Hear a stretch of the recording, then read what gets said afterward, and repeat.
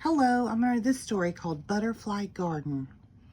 Mrs. Connor held up a package. "Who can guess what is in here?" she asked.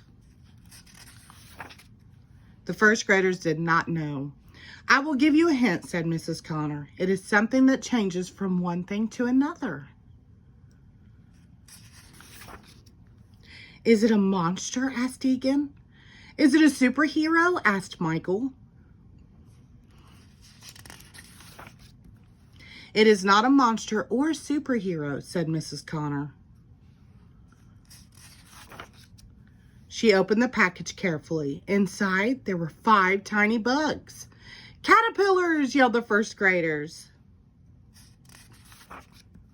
"We are going to learn about butterflies," said Mrs. Connor.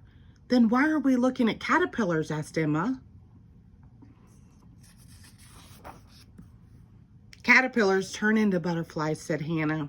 "This shows how they do it," said Mrs. Connor.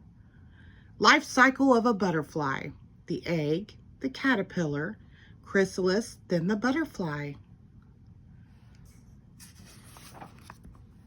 At first, the caterpillars did not move much. "Are they asleep?" asked Katie. "Are they dead?" asked Jamie. "No," said Mrs. Connor. "They are working hard." After a few days, they got bigger and bigger and bigger. After a week, the caterpillars climbed to the top of the jar. "They're hanging upside down," said Katie. The next day, Mrs. Connor said, "Look, they covered themselves up so they can grow wings."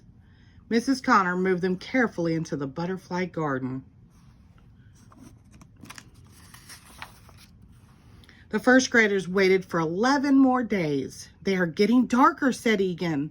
On the 12th day, Mrs. Connor said, "Class, come quickly."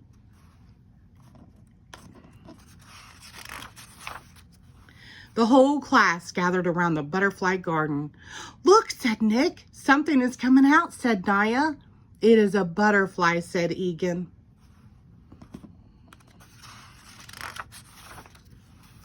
The butterflies carefully opened up their wings. "Why are they so small?" asked Emma. "They will get bigger very soon," said Mrs. Connor.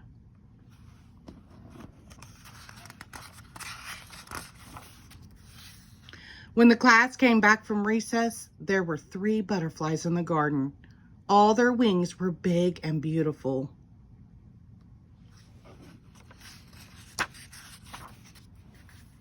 When they were all big enough, the class let them go. "That was even better than a superhero," said Michael. The end. Thank you.